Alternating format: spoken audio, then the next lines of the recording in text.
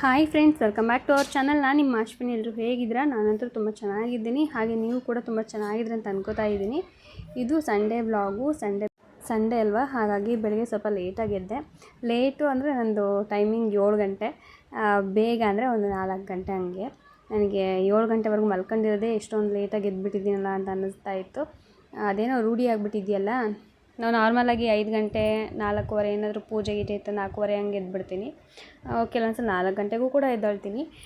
ಮತ್ತು ಡೈಲಿ ಬಂದುಬಿಟ್ಟು ಒಂದು 6 ಗಂಟೆಗೆ ನಾನು ಎದ್ಬಿಡ್ತೀನಿ. 5:30 6 ಗಂಟೆಗೆ ಬೇಗ ಎದ್ದು ಎಲ್ಲ ಕಸ ಗುಡಿಸೋದು, ನೆಲ ಒರೆಸೋದು ಏನಿದೆಯೋ ಅದೆಲ್ಲ ಮಾಡ್ಕೋತೀನಿ. ಬಟ್ ಇವತ್ತು ಭಾನುವಾರ ಆಗಿರೋದ್ರಿಂದ ನಾನು ಕೂಡ ಸೋಂಬೇರಿ ಆಗಿಬಿಟ್ಟೆ. ನಿನ್ನೆಯಿಂದನೂ ಕೂಡ ಸ್ವಲ್ಪ ಗ್ಯಾಸ್ಟ್ರಿಕ್ ಜಾಸ್ತಿಯಾಗಿ ಹೊಟ್ಟೆ ನೋವೆಲ್ಲ ಸ್ಟಾರ್ಟ್ ಆಗಿತ್ತು.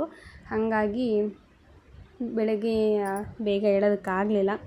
ಏನು ಮಾಡೋದು, ಡೈಲಿ ಅಂದರೆ ಕೆಲಸಗಳಂತೂ ಇದ್ದೇ ಇರುತ್ತೆ. ನಾವು ಮಾಡದೇ ಇದ್ದರೂ ಕೂಡ ಮಾಡಲೇಬೇಕಾಗುತ್ತೆ ಆ ಟೈಮಲ್ಲಿ. ಹಂಗಾಗಿ ಮತ್ತೆ 7 ಗಂಟೆಗೆ ಎದ್ದು ಫಸ್ಟು ಒಲೆ ಹಚ್ತಾ ಇದ್ದೀನಿ. ಒಲೆ ಅದ್ರ ಪಾಡಿಗೆ ಅದು ನೀರು ಕಾಯ್ತಾ ಇರುತ್ತೆ. ಇನ್ನು ನೆಕ್ಸ್ಟು ಅಡುಗೆ ಮಾಡೋದು, ಕಸ ಗುಡಿಸೋದು, ಮತ್ತು ದೇವ್ರ ಸಾಮಾನೆಲ್ಲ ಇವತ್ತು ತೊಳಿಬೇಕು. ಯಾಕಂದರೆ ಸೋಮವಾರ ವಾರ ಇರೋದ್ರಿಂದ ನಾವು ಭಾನುವಾರನ ಎಲ್ಲ ಸಾಮಾನುಗಳನ್ನ ತೊಳೆದು ಜೋಡಿಸಿ ಇಟ್ಕೊತೀವಿ. ಹಾಗಾಗಿ ಎಲ್ಲದನ್ನು ಇವಾಗ ಕ್ಲೀನ್ ಮಾಡ್ಕೋಬೇಕು. ನನ್ನ ಮಗ ಇದ್ದಿದ್ದರೆ ಅವನೇ ಒಲೆ ಹಚ್ಬಿಡ್ತಾ ಇದ್ದ. ಬಟ್ ಅವನು ಮಲ್ಕೊಂಡಿದ್ದಾನೆ. ನಾನು ಕೂಡ ಇವತ್ತು ಭಾನುವಾರ ಬೇರೆ ಮಲ್ಕೊಂಡ್ಲೆ ಅಂದ್ಬಿಟ್ಟು ನಾನು ಸುಮ್ಮನಾದೆ. ಮತ್ತು ಭ್ರಮರ ಅವ್ರ ಪಪ್ಪ 3 ಜನ ಅಂದರೆ ಅವರಿಬ್ಬರು ಮಾತ್ರ ಸ್ವಲ್ಪ ಲೇಟಾಗಿ ಎದ್ದೇಳೋದು. ಅಜಯ್ ಮಾತ್ರ ಯಾವಾಗಲೂ ಸ್ವಲ್ಪ ಬೇಗ ಎದ್ದೇಳ್ತಾನೆ. ಆದರೆ ಇವತ್ತು ಮಾತ್ರ ಸ್ವಲ್ಪ ಲೇಟಾಗಿ ಎದ್ದೇಳ್ತಾ ಇದ್ದಾನೆ.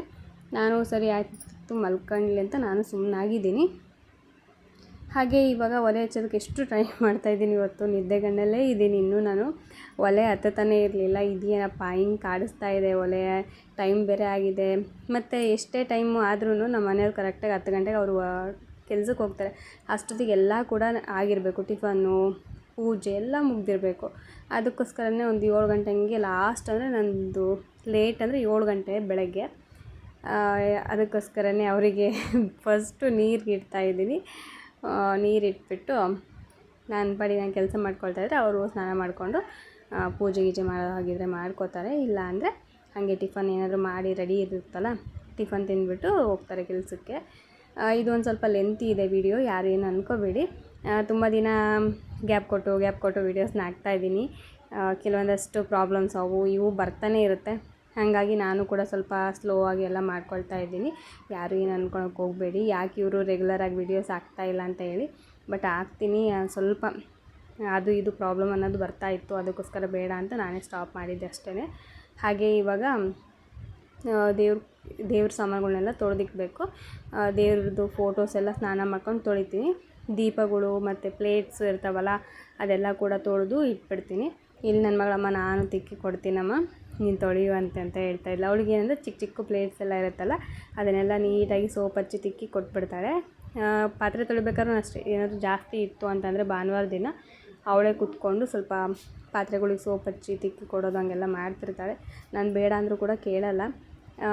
ಹೆಣ್ಮಕ್ಳಿಗೆ ಏನಂದರೆ ನಾವು ಹೇಳದೇ ಇದ್ದರೂ ಕೂಡ ಇದ್ರ ಮೇಲೆ ಕಾನ್ಸಂಟ್ರೇಷನ್ ಬಂದೇ ಬಿಡುತ್ತೆ. ಮನೆ ಕೆಲಸದ ಬಗ್ಗೆ ಆಗಿರ್ಬೋದು, ಅಥವಾ ನಾವು ಏನಾದರೂ ಹೇಳಿದ್ರೆ ಬೇಗ ತಟ್ಟಂತ ಕೇಳ್ತಾರೆ. ಆದರೆ ಗಂಡು ಮಕ್ಕಳು ಆಪೋಸಿಟು, ಹೇಳಿದ ಮತ್ತು ಬೇಗ ಕೇಳಲ್ಲ.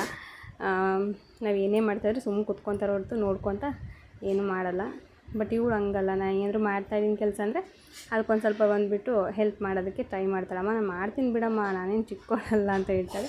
ಅವಳು ಚಿಕ್ಕವಳೆ, ಬಟ್ ಅವಳ ಬಾಯಲ್ಲಿ ಆ ಥರ ನಾನು ಚಿಕ್ಕವಳೇನಲ್ಲ ಬಿಡಮ್ಮ, ನಾನೇನು ಪಾಪು ಅಲ್ಲ, ನಾನು ಮಾಡ್ತೀನಿ ಬಿಡಮ್ಮ ಅಂತ ಎಲ್ಲ ಹೇಳ್ತಿರ್ತಾಳೆ. ಅದನ್ನ ಕೇಳೋದಕ್ಕೆ ಒಂಥರ ಖುಷಿ ಅನಿಸುತ್ತೆ ನನಗೆ. ಇವಾಗ ಸಾಮಾನೆಲ್ಲ ಸಾಮಾನೆಲ್ಲ ತೆಗೆದು ಒಂದು ಪ್ಲೇಟಲ್ಲಿ ಇಟ್ಟಿದ್ದೀನಿ. ಹಾಗೆ ಒಲೆ ಎಲ್ಲ ಕಟ್ಟಿಗೆ ನೋಡ್ಕೊತಾನೆ ಇರಬೇಕು. ಇಲ್ಲಾಂದರೆ ಮತ್ತೆ ಆಫ್ ಆಗಿಬಿಡುತ್ತಲ್ಲ, ನೋಡಿಕೊಂಡು ಒಲೆ ಉರಿಸ್ಕೊಂಡಿರಬೇಕು. ಹಾಗೆ ಇನ್ನೊಂದು ಕಡೆ ರೈಸ್ ಮಾಡೋದಕ್ಕೆ ಇಕ್ಕಿದ್ದೀನಿ. ಪುಳಿಯೋಗರೆ ಮಾಡೋಣ ಅಂತ ಸಾಂಬಾರು ಮಾಡೋದಕ್ಕೆ ಇಟ್ಟಿದ್ದೀನಿ. ಬೆಳಗ್ಗೆನೇ ಸಾಂಬಾರು ಮಾಡಿ ಇಕ್ಬಿಡ್ತೀನಿ. ಯಾಕಂದರೆ ಮಧ್ಯಾಹ್ನ ಟೈಮಲ್ಲಿ ಅಡುಗೆ ಮಾಡಬೇಕಂದ್ರೆ ಆಗೋಲ್ಲ, ತುಂಬ ಸೆಕೆ ಅನಿಸುತ್ತೆ. ಅದರಲ್ಲಿ ಅಡುಗೆ ರೂಮಲ್ಲಿ ಬಂದುಬಿಟ್ವಿ ಅಂದರೆ ಮುಗ್ದೇ ಹೋಯ್ತು. ಸ್ನಾನ ಮಾಡ್ಕೊಂಡು ಹೊರಗಡೆ ಹೋದಂಗೆ ಅನಿಸುತ್ತೆ ಮಧ್ಯಾಹ್ನ ಟೈಮಲ್ಲಿ ಮಾತ್ರ. ಅದಕ್ಕಂತಲೇ ಫಸ್ಟು ಸಾಂಬಾರಿಗೆಲ್ಲ ಜೋಡಿಸಿಟ್ಟು ಬಂದಿದ್ದೀನಿ. ಹಾಗೆ ರಾತ್ರಿದು ಒಂದು 2-3 ಪ್ಲೇಟ್ಸು, ಒಂದು ಬೌಲು ಅದೆಲ್ಲ ಇದ್ವು. ಇವಾಗ ಅದನ್ನು ತೊಳೆಯೋಣ ಅಂತ ಹೊರಗಡೆ ಇಟ್ಟಿದ್ದೀನಿ. ಹಾಗೆ ಹೊರಗಡೆ ಅಂಗಳಕ್ಕೆ ಕಸ ಗುಡಿಸಿದ್ದಾಗಿತ್ತು.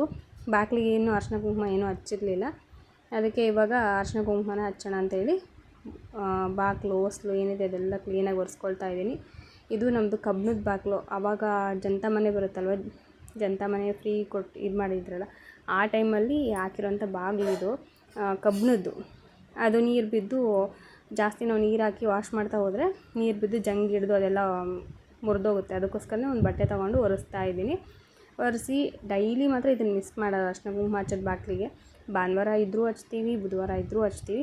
ಡೈಲಿ ಹೊಸಲನ್ನ ಕ್ಲೀನ್ ಮಾಡ್ಕೊಂಡೇ ಇರ್ತೀನಿ. ಬಟ್ ಇವತ್ತು ಮಾತ್ರ ಸ್ವಲ್ಪ ಲೇಟ್ ಆಗೋಯಿತು. ಸಂಡೇ ಅಲ್ಲ, ಸಂಡೇ ಲೇಝಿ ಡೇ ಅನ್ನೋ ಥರ ಲೇಝಿಯಾಗಿ ಎದ್ದು ಕೆಲಸ ಮಾಡ್ಕೊಳ್ತಾ ಇದ್ದೀನಿ. ಹಾಗೆ ಪುಟ್ಟದಾಗಿ ಒಂದು ರಂಗೋಲಿ ಹಾಕಿ ಅರಿಶಿನ ಕುಂಕುಮ ಹಚ್ಬಿಟ್ರೆ ಎಷ್ಟು ಚೆನ್ನಾಗಿ ಕಾಣುತ್ತೆ ಗೊತ್ತಾ. ಹಾಗೆ ಬಿಟ್ಟರೆ ಒಂಥರ ಕಾಣಿಸುತ್ತೆ. ಅದೆಲ್ಲ ನೀಟಾಗಿ ಅರಿಶಿನ ಕುಂಕುಮ ಇಟ್ಟು, ಹೂವು ಇಟ್ಟು, ಒಂದು ಚಿಕ್ಕ ರಂಗೋಲಿನ ಬಾಗಿಲು ಮುಂದೆ ಬಿಟ್ಟರೆ ಎಷ್ಟು ಚೆನ್ನಾಗಿ ಕಾಣುತ್ತೆ ಹೊಸಲು. ಅದಕ್ಕೋಸ್ಕರನಾದರೂ ಎದ್ದು ಈ ಕೆಲಸ ಮಾಡ್ತಾಯಿದ್ದೀನಿ. ಪಾತ್ರೆಗಳಲ್ಲೆಲ್ಲ ಬಿಸಾಕಿದ್ದೀನಿ. ಅಂಗಳದಲ್ಲಿ ನಿಮ್ಗೆ ಕಾಣ್ತಿರ್ಬೋದು. ಇವಾಗ ಇದನ್ನು ಮುಗಿಸ್ಬಿಟ್ಟು ಆ ಕೆಲಸ ಮಾಡಬೇಕು. ಒಳಗಡೆ ಆಗಲೇ ಕಸ ಗುಡಿಸಿದ್ದಾಯಿತು, ನೆಲ ಕೂಡ ಒರೆಸಿದ್ದಾಯಿತು. ಯಾಕಂದರೆ ಒಂದೇ ಕೆಲಸದ ಮೇಲೆ ನಿಂತ್ಕೊಂಡ್ವಿ ಅಂದರೆ ಒಂದೇ ಕೆಲಸನೇ ಆಗುತ್ತೆ. ಒಂದೊಂದು ಕೆಲಸದ ಜೊತೆ ಇನ್ನೊಂದು ಕೆಲಸನ ಆ್ಯಡ್ ಮಾಡ್ಕೊಳ್ತಾ ಹೋದರೆ ನಮ್ಗೆ ಬೇಗ ಕೆಲಸನೂ ಮುಗಿದೋಗುತ್ತೆ, ಫ್ರೀ ಆಗ್ತೀವಿ. ಒಂದು 10:30 11 ಗಂಟೆ ಅನ್ನೋಷ್ಟು ಫ್ರೀ ಆಗಿಬಿಡ್ತೀವಿ. ಅದಕ್ಕಂತಲೇ ಸಾಂಬಾರಿಗೆಲ್ಲ ಜೋಡಿಸಿ ಸಾಂಬಾರಿಗೆಲ್ಲ ಇಟ್ಬಿಟ್ಟು ಬಂದು ಈ ಕಡೆ ಈ ಕೆಲಸ ಮಾಡ್ತಾಯಿದ್ದೀನಿ. ನನ್ನ ಮಗ ಕೂತ್ಕೊಂಡು ಆಟಾಡ್ತಾ ಇದ್ದಾನೆ. ಬ್ರಹ್ಮನು ಕೂತ್ಕೊಂಡು ಆಟಾಡ್ತಾಯಿದ್ರು. ನೋಡಿ, ಅವನು ಬೆಳ್ಳುಳ್ಳಿ ಸುಲಿಯೋಕ್ಕೆ ಹಿಡಿದು ಬೆಳ್ಳುಳ್ಳಿ ಎಲ್ಲ ಸುಲಿದಿಕ್ಕಿದ್ದಾನೆ. ಅದನ್ನು ನಿಮ್ಗೆ ತೋರಿಸ್ತಾ ಇದ್ದೇನೆ ನೋಡಿ ನಾನು ಹೆಂಗೆ ಬೆಳ್ಳುಳ್ಳಿ ಸುಲಿದೀನಿ ಅಂತಂದು ಹೇಳಿ.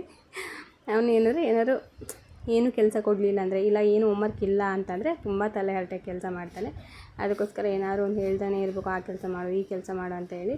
ಇಲ್ಲ ಅಂದರೆ ಸುಮ್ಮನೆ ತಲೆ ತಿಂದುಬಿಡ್ತಾನೆ. ಮನೇಲಿ ಇರೋರಿಗೆಲ್ರಿಗೂ ಕಾಡ್ಸೋದು ಜಾಸ್ತಿ, ನಾವು ಏನು ಮಾಡಬೇಡ ಅಂತೀವಿ ಅದನ್ನು ಮಾಡೋದು ಜಾಸ್ತಿ ಅವನು. ಹಾಗಾಗಿ ಸ್ವಲ್ಪ ಕೋಪನೂ ಬಂದುಬಿಡುತ್ತಾ, ಆಮೇಲೆ ಬೈಯೋ ಥರ ಆಗುತ್ತೆ. ಅದಕ್ಕೋಸ್ಕರ ಏನಾದರೂ ಒಂದು ಚಿಕ್ಕ ಪುಟ್ಟ ಕೆಲಸನ ಹೇಳ್ತಿರ್ತೀನಿ. ಮಾಡಲ್ಲ ಅಂತಲೇ ಅವ್ನು ಹೇಳೋದು, ಆದ್ರೂ ಸ್ವಲ್ಪ ಎದುರಿಸಿ ಇಲ್ಲ ಮಾಡಬೇಕು ಕೆಲಸನ ಮಾಡು ಅಂತ ಹೇಳಿದರೆ ಮಾಡ್ತಾನೆ. ಅದಕ್ಕಂತಲೇ ಈಗ ಬೆಳ್ಳುಳ್ಳಿ ಸುಲಿಯೋದಕ್ಕೆ ಕೂರಿಸಿದ್ದೆ. ಬೆಳ್ಳುಳ್ಳಿ ಎಲ್ಲ ಸುಲಿತಾ ಇದ್ದ. ಸಾಂಬಾರಿಗೆ ಒಗ್ಗರಣೆಗೆ ಬೇಕು ಮತ್ತು ಪುಳಿಯೋಗರೆ ಮಾಡು ಅಂತ ಅಂದ. ಅದೊಂಥರ ಬೆಳ್ಳುಳ್ಳಿ ಆಗಿದ್ರೆ ಟೇಸ್ಟ್ ಒಂಥರ ಚೆನ್ನಾಗಿರುತ್ತೆ. ಇದು 3ನೇ ಸಲ ನಾನು ಮಾಡ್ತಾ ಇರೋದು. ಹಂಗಾಗಿ ಬೆಳ್ಳುಳ್ಳಿ ಹಾಕಿ ಅದು ಚೆನ್ನಾಗಿರುತ್ತೆ, ಹಂಗೆ ಮಾಡು ಅಂತ ಹೇಳ್ತಾರೆ ಹುಡುಗರು. ಅದಕ್ಕೋಸ್ಕರ ಬೆಳ್ಳುಳ್ಳಿ ಸ್ವಲ್ಪ ಜಾಸ್ತಿ ಸುಲಿಸ್ತಾ ಇದ್ದೀನಿ. ಮತ್ತು ಬೆಳ್ಳುಳ್ಳಿ ಅನ್ನ ಅಂತ ಮಾಡ್ಕೋತಾರೆ, ಅದು ಕೂಡ ಚೆನ್ನಾಗಿರುತ್ತೆ. ಮಕ್ಕಳು ತಿನ್ನಲ್ಲ ಅದನ್ನು, ಯಾಕಂದರೆ ಬೆಳ್ಳುಳ್ಳಿ ಸ್ಮೆಲ್ ಇರುತ್ತೆ ಸ್ವಲ್ಪ. ಟೇಸ್ಟ್ ಕೂಡ ಚೆನ್ನಾಗಿರುತ್ತೆ. ಅವ್ರಿಗೇನೆಂದರೆ ನಾರ್ಮಲಾಗಿ ನಾವು ಡೈಲಿ ಏನು ಮಾಡ್ತೀವಿ ಅದೇ ಟಿಫನ್ನು ಅದೇ ಊಟನೇ ಇಷ್ಟ. ನಾವು ವೆರೈಟಿಯಾಗಿ ಒಂದು ಏನಾದರೂ ಹೊಸ್ದಾಗಿ ಟ್ರೈ ಮಾಡೋದಕ್ಕೆ ಹೋದರೆ ಬೇಗ ಅಡ್ಜಸ್ಟ್ ಆಗೋಲ್ಲ, ಬೇಗ ತಿನ್ನಲ್ಲ. ಅದಕ್ಕೋಸ್ಕರ ನಾನು ಯಾವುದೇ ರೀತಿ ಪ್ರಯೋಗನ ಮಾಡಲ್ಲ. ಮಾಡಿಕೊಂಡ್ರೆ ನನ್ನ ಮೇಲೆ ನಾನು ಪ್ರಯೋಗ ಮಾಡ್ಕೋತೀನಿ, ಬಿಟ್ಟರೆ ಇನ್ಯಾರ ಮೇಲೂ ಪ್ರಯೋಗ ಮಾಡಲ್ಲ. ಯಾಕಂದರೆ ನಾವು ಮಾಡಿರ್ತೀವ, ಅದನ್ನು ಬಿಟ್ಟರೆ ನಮಗೆ ಒಂಥರ ಬೇಜಾರು. ಅಯ್ಯೋ ನಾವು ಮಾಡಿದ್ದು ನಾವೇ ತಿನ್ನಲ್ಲಲ್ಲ ಅಂತಂದು ಸುಮ್ಮನೆ ತಿಂತೀವಿ. ಅವಾಗ ಏನು ಮಾಡೋದಕ್ಕಾಗಲ್ಲ. ಈಗ ಅಂಗಳನೂ ಕೂಡ ಒರೆಸಿದಾಯ್ತು ಮನೆ ಮುಂದ್ಗಡೆ. ಒಂದು 4 ಪಾತ್ರೆಗಳಿದ್ವಲ್ಲ, ಅದನ್ನು ಈಗ ವಾಶ್ ಮಾಡೋಣ ಅಂತೇಳಿ ಕೂತಿದ್ದೀನಿ. ಇಷ್ಟೊತ್ತಾದರೂ ಕೂಡ ಇನ್ನೂ ನೀರು ಬಿಟ್ಟಿಲ್ಲ. ಇವತ್ತು ಸಂಡೇ ಬೇರೆ ಅಲ್ಲ, ಹಾಗಾಗಿ ಅವರು ಕೂಡ ಲೇಟಾಗಿ ಬಿಡ್ತಾರೆ ನೀರನ್ನ. 7 ಗಂಟೆ ಇಲ್ಲ 6 ಗಂಟೆ 6:30 ಹಂಗೆ ನೀರು ಬಿಟ್ಬಿಡ್ತಾಯಿದ್ರು. ಬಟ್ ಇವತ್ತು 7:30 ಏನೋ 8 ಗಂಟೆ ಆಗ್ತಾ ಬಂತು, ಆದರೂ ನೀರು ಬಿಟ್ಟಿಲ್ಲ. ಯಾವಾಗ ಬಿಡ್ತಾರೆ ಬಿಡಲಿ ನೋಡೋಣ ಅಂತ ಅಂದ್ಬಿಟ್ಟು ಇರೋ ನೀರಲ್ಲೇ ಪಾತ್ರೆಯನ್ನು ತೊಳಿತಾ ಇದ್ದೀನಿ. ಅಷ್ಟೊಂದೇನು ಪಾತ್ರೆಗಳೇನಿಲ್ಲ, ಒಂದು ಸ್ವಲ್ಪ ಇದಾವೆ ಪಾತ್ರೆಗಳು. ರಾತ್ರಿಯೇ ಸ್ವಲ್ಪ ವಾಶ್ ಮಾಡಿದ್ವಿ.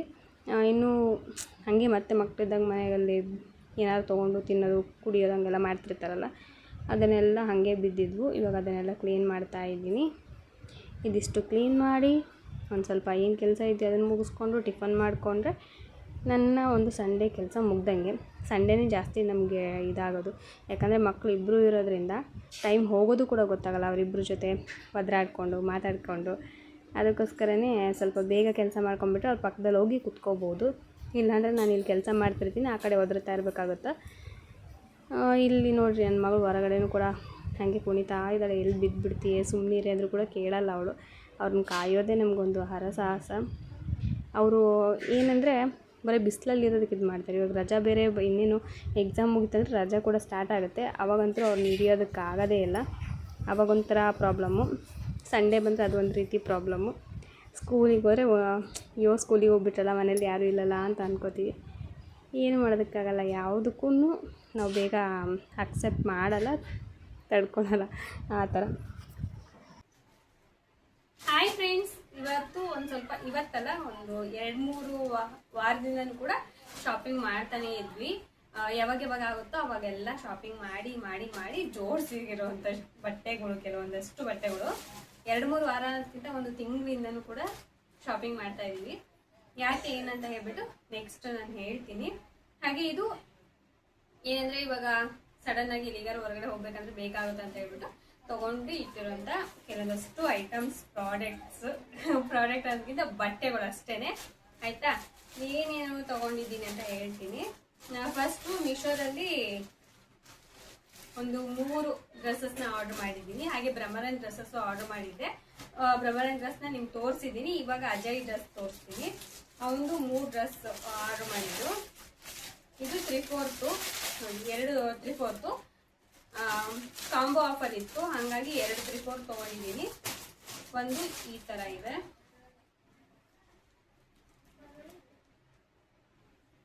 ಜಸ್ಟ್ ಏನಂದ್ರೆ ಸೈಡ್ ಪಾಕೆಟ್ ಅಷ್ಟೇ ಇರೋದು. ಈ ಕಡೆ ನಮ್ ಏನು ನಾರ್ಮಲ್ ಆಗಿ ಈ ಕಡೆ ಸೈಡ್ ಬರುತ್ತಲ್ಲ ಪಾಕೆಟ್ಸ್, ಆ ತರ ಬಂದಿದೆ. ಇಲ್ಲಿ ಕಾಲಿನ ಹತ್ರ ಈ ತರ ಆ ಕಡೆ ಒಂದು ಈ ಕಡೆ ಒಂದು ಪಾಕೆಟ್ಸ್ ಇದೆ. ಕಾಟನ್ ಇಂದು ಪ್ಯೂರ್ ಕಾಟನ್, ತುಂಬಾ ಚೆನ್ನಾಗಿದೆ. ಹಂಗಾಗಿ ಇವೆರಡನ್ನೂ ಕೂಡ ತಗೊಂಡಿದ್ದೀನಿ. ಅದು ಒಂದು 5 ನಿಮಿಷ ಹೋಗಮ್ಮ.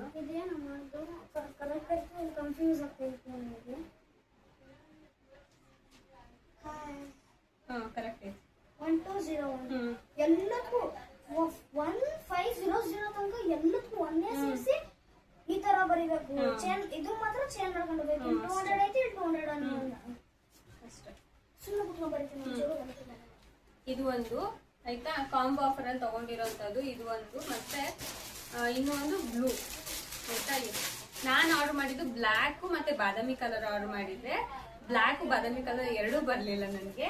ಇದು ಫುಲ್ಲು ನೀಲಿ, ಕಪ್ಪು ನೀಲಿ ಅಂತಾರಲ್ಲ ಆ ತರದ್ದು ಸೇಮ್ 3/4 ಚೆನ್ನಾಗಿದೆ. ಇದು ಕೂಡ ಕ್ವಾಲಿಟಿ ಮಾತ್ರ ತುಂಬಾ ಚೆನ್ನಾಗಿದೆ. ಇದು ಎರಡು ಎಷ್ಟು ಅಂತ ಅಂದ್ರೆ 260 ರೂಪಾಯಿ. ಎರಡಕ್ಕೂ 260 ಅಂದ್ರೆ 130 ರೂಪಾಯಿಗೆ ಒಂದು ಬಿತ್ತು. ಇವೆರಡನ್ನು ತಗೊಂಡಿದ್ದೀನಿ ಆಯ್ತಾ. ಅದಾದ್ಮೇಲೆ ಇವತ್ತು ಬಂದಿರೋಂಥದ್ದು ಇದು ಟೀ ಶರ್ಟ್. ಇದು ಕೂಡ ಮೀಶೋದಲ್ಲೇನೆ ಆರ್ಡರ್ ಮಾಡಿದ್ದು ಆಯ್ತಾ.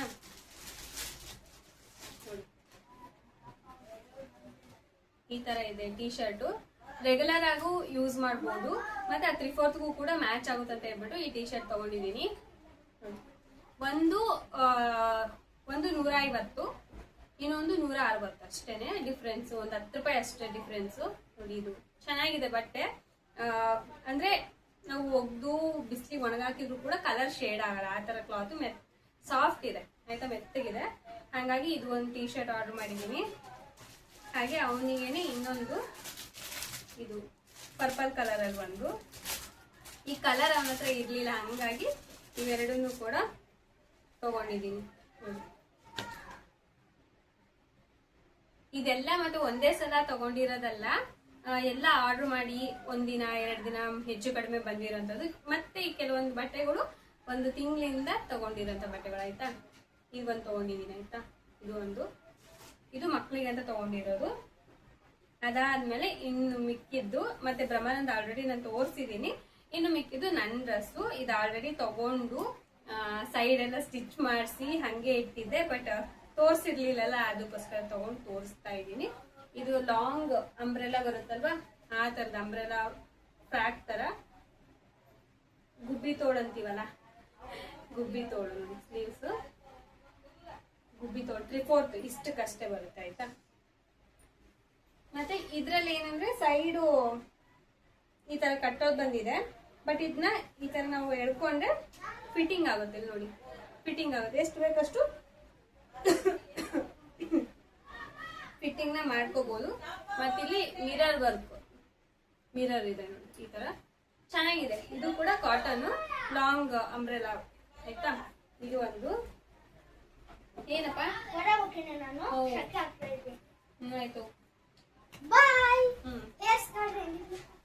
ಆಯ್ತು ಆಯ್ತು.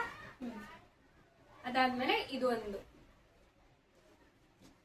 ಇದು ಕೂಡ ಲಾಂಗ್ ಫ್ರಾಕ್ ತರನೇ. ಇದು ಅಷ್ಟೇ ಗುಬ್ಬಿ ತೋಳು. ನೆಕ್ಸ್ಟ್ ಇಲ್ಲಿ ಆ ಕಡೆ ತೋಳಿಗೆ ಈ ತರ ಡಿಸೈನ್ ಕೊಟ್ಟಿದ್ದಾರೆ ಅಷ್ಟೇನೆ. ಮತ್ತೆ ಇಲ್ಲಿ ಏನಂದ್ರೆ ಒಂಥರ ಶೈನಿಂಗ್ ಇನ್ ಬರುತ್ತಲ್ಲ, ಚಿಕ್ಕ ಚಿಕ್ಕ ಸ್ಟೋನ್ಸ್ ತರ ನೋಡಿ, ಶೈನಿಂಗ್ ಕಾಣ್ತಾ ಇದೆಯಾ, ಈ ತರ ಕಾಣುತ್ತೆ. ಮತ್ತೆ ಇದಕ್ಕೆ ಮುಂದ್ಗಡೆ ಫ್ರಂಟ್ ಅಲ್ಲಿ ಈ ತರ ಟೈ ಮಾಡೋದು, ಕಟ್ಟೋ ಅಂತದ್ದು ಆಯ್ತಾ. ಇದು ಒಂದು ಕೊಟ್ಟಿದ್ದಾರೆ. ಇದು ಕೂಡ ಲಾಂಗ್ ಫ್ರಾಕ್ ಇದೊಂದು ತಗೊಂಡಿದ್ದೀನಿ. ಇದೇನಂದ್ರೆ ರೆಗ್ಯುಲರ್ ಆಗು ಕೂಡ ಯೂಸ್ ಮಾಡ್ಬೋದು, ಅಕಸ್ಮಾತ್ ಎಲ್ಲಿಗಾರು ಹೊರಗಡೆ ಹೋಗ್ತೀವಿ ಅಂದ್ರೂ ಕೂಡ ಯೂಸ್ ಮಾಡ್ಬೋದು. ಚೆನ್ನಾಗಿದೆ. ನನಗೆ ಏನಂದ್ರೆ ನಂಗೆ ತುಂಬಾ ಇಷ್ಟ ಆಗೋಂಥದ್ದು ಅಂಬ್ರೆಲಾ ತರದ ಟಾಪ್ಸ್ ತುಂಬಾ ಇಷ್ಟಪಟ್ಟು ತಗೊಂತೀನಿ. ಇದು ನಂಗೆ ತುಂಬಾ ಇಷ್ಟ ಆಯ್ತು, ಯಾಕಂದ್ರೆ ಈ ತರ ಕಲರ್ ನನ್ನ ಹತ್ರ ಇರ್ಲಿಲ್ಲ, ಹಂಗಾಗಿ ಇದನ್ನ ತಗೊಂಡಾಯ್ತಾ. ಇದು ಒಂದು ಇದು 700 ರೂಪಾಯಿಗೆ 2 ಟಾಪ್ ಇದು ಆಯ್ತಾ. ಅಂದ್ರೆ 350 ರೂಪಾಯಿಗೆ ಒಂದು ಟಾಪ್ ತಗೊಂಡಿದ್ದೀನಿ. ಅದಾದ್ಮೇಲೆ ಇದು ಮನೆ ಹತ್ರನೇ ಬಂದಿದ್ರು ಸೇಲ್ ಮಾಡೋದಕ್ಕೆ, ಅವ್ರ ಹತ್ರ ತಗೊಂಡಿರೋಂಥದ್ದು ನೋಡಿ. ನನಗೆ ಇದು ಸಖತ್ ಇಷ್ಟ ಆಯ್ತು ನೋಡಿ, ಎಷ್ಟು ಚೆನ್ನಾಗಿ ಕಾಣ್ತಾ ಇದೆ. ಇದು 3/4 ಸ್ಲೀವ್ಸ್ ಆಯ್ತಾ ನೋಡಿ. ಇನ್ನೊಂದೇನಂದ್ರೆ ಇದು ಸೈಡ್ ಕಟ್ಟೋದಿದೆ, ಅಂಬ್ರೆಲಾ ತರ, ಹಾಫ್ ಅಂಬ್ರೆಲಾ ಮತ್ತೆ ಸೈಡ್ ಕಟ್ ಎರಡೂ ಇರೋಂಥದ್ದು ನೋಡಿ. ಈ ತರ ಸೈಡ್ ಕಟ್ ಇದೆ, ಸೈಡ್ ಕಟ್ಟು. ಇಲ್ಲಿ ಫ್ರಂಟ್ ಅಲ್ಲಿ ನೆರಿಗೆಗಳು ಇಲ್ಲಿ ನೋಡಿ, ಇಲ್ಲಿ ನೆರಿಗೆಗಳು. ಈ ತರ ಟಾಪ್ ತಗೋಬೇಕಂತ ತುಂಬಾ ಆಸೆ ಇತ್ತು, ಫೈನಲಿ ಇದನ್ನ ತಗೊಂಡೆ. ನನಗಂತೂ ಫುಲ್ ಹ್ಯಾಪಿ ಅನಿಸ್ತು. ಇದಿಷ್ಟನ್ನು ತಗೊಂಡಿದ್ದೀನಿ ಆಯ್ತಾ. ಅದಾದ್ಮೇಲೆ